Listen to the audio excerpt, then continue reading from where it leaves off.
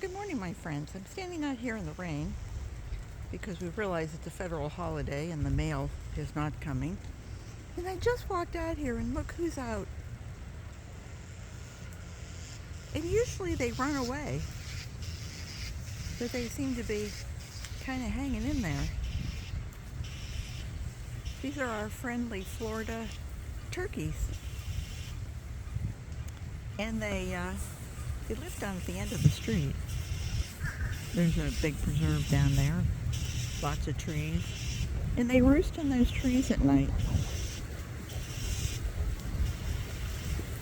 They wouldn't be very good to eat, so please don't even suggest that. And there they are. Nature at its best, eh? Beautiful birds. Well, sort of. Take care, everyone. Bye-bye.